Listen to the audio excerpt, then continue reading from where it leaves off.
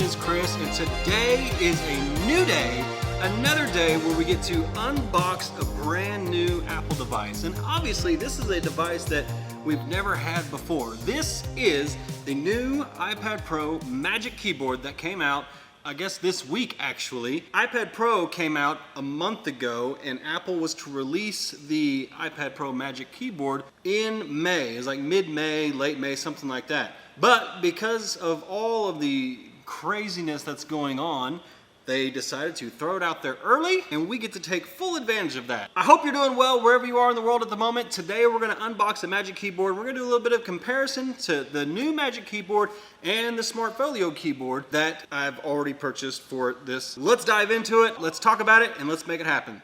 Okay, so as you saw in my previous video, I have the 2020 iPad Pro Cellular Edition 256, and this is the current keyboard, the Smart Folio keyboard that came out with it. This is what came out first. So what we're gonna do is we're basically replacing the Smart Folio keyboard, do a little comparison, but replace it, and we're gonna put a Magic Keyboard in place of it. Let's unbox this bad boy. I'm so excited. I love unboxing Apple products. I don't have a handy dandy little knife, and I apologize for that.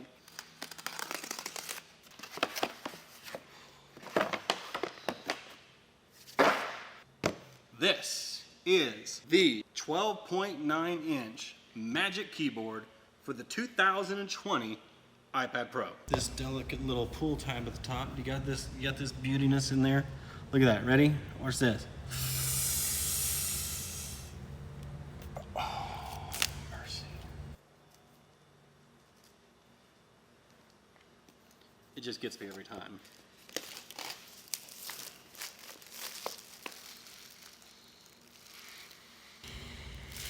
Okay, it passes the smell test. Okay, another beautiful white Apple box. Right out of the gate, right on top, Magic Keyboard. Nothing else inside the box.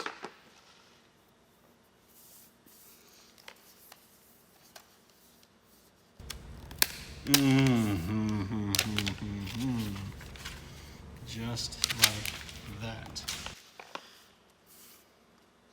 I mean, it's almost sweet as a Southern Baptist hymnal. All right, so inside is the wonderful paperwork that comes with, designed by California in Apple. Inside is the paperwork, in case you've never unboxed a Apple product before, is the iPad Magic Keyboard with paperwork, and then instructions on how to use such a device. Does not have Apple stickers. How in the world? Pay good money to have Apple stickers. All right, so for the first time, let's open this up just like so. So you notice, I mean, that is very, very solid. That is not moving. It is very, very tight. It opens to right there, and it stops right there. It won't even go to 90 degrees, so it stops right there. So this hinge down here is made of solid aluminum. It stops to at that point right there, and then this secondary little hinge flap takes over, and that's where our viewing angle comes into play. And it does not go further than right there. That is it. You can see it perfectly. Full keyboard. It's the same felt strip that the Folio keyboards are made out of, and the Smart keyboards that are made out of from 2018 and this year. It's the same type of felt. It's also the same type of material on the back, but it's a little bit darker. I will say right out of the box, it is a heavy device. We're going to talk about that in a little bit. But it is definitely heavier than the Folio keyboard. You can see the comparison between the two up top. It's actually just a rubberized, almost like a silicone. All right, so let's take this out, set that aside. Notice the difference, you know, obviously on the Folio keyboard, the Smart keyboard can lay flat.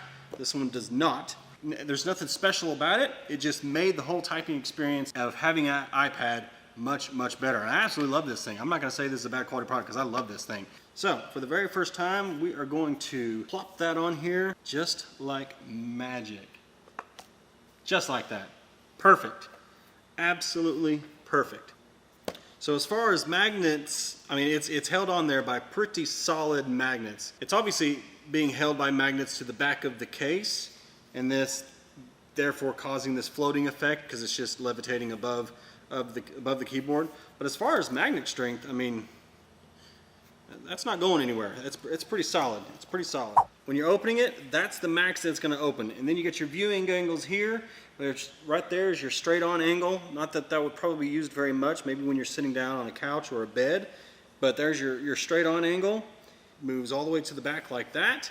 So your actual range of motion is probably from right about there to right about there. So maybe 40 to 50 degrees, I would think. But look at how it opens and it just stops. You can't even open this with one hand. I mean, it's difficult to,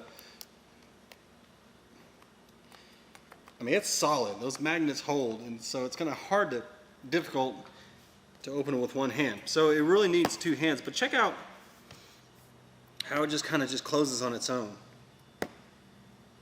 I didn't bring my MacBook Pro with me to compare, but as far as weight, I mean, that's pretty stout. That's pretty heavy. Hold that. I mean, walking around with that, I mean, I guess I don't care. I don't mind. I know that my iPad is heavy, so I don't mind walking around with it at all.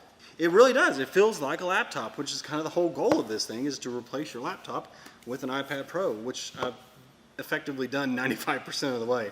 Outside of video editing, I use my iPad Pro for everything. Let's talk about the keyboard. It's got the scissor switch mechanism under the keyboard. Remember back in 2016, Apple changed the keyboard to that butterfly mechanism under the keys, and I never had a problem with it. Justine never had a problem with it, but other people just went up in arms about it. Never had an issue with it, but this, I can definitely tell the difference as far as even the sound. You can hear get a close up on that, and let's listen to the sound of that. I wrote Chris is the coolest in the world. Did you ever hear? Did you hear the sound in that? Now I'm gonna come over here to this one, and I'm gonna write Chris is the coolest.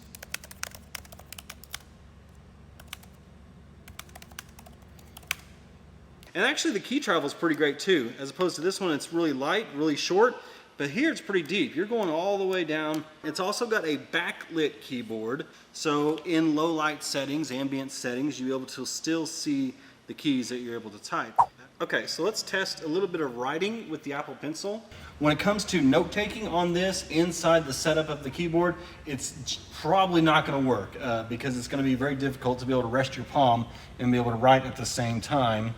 Other people are saying on the internet that you can turn this thing over and make it look really, really funky and be able to write this way, which I guess is doable. It just kind of looks funky. But even then, you saw just there, it pushed down a little bit. So that's not gonna be a very cool thing. So I would not say that's gonna be the coolest, and don't look like an idiot trying to write while this thing is upside down. So as far as lapability, I'm sitting here on a couch. It's sitting flat on my lap. I'm able to open it up just like that. Screen is facing me perfectly. And I'm able to type with no problem at all.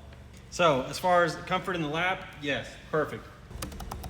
I feel like my typing has gotten so much quicker because of how this is set up as opposed to the Folio.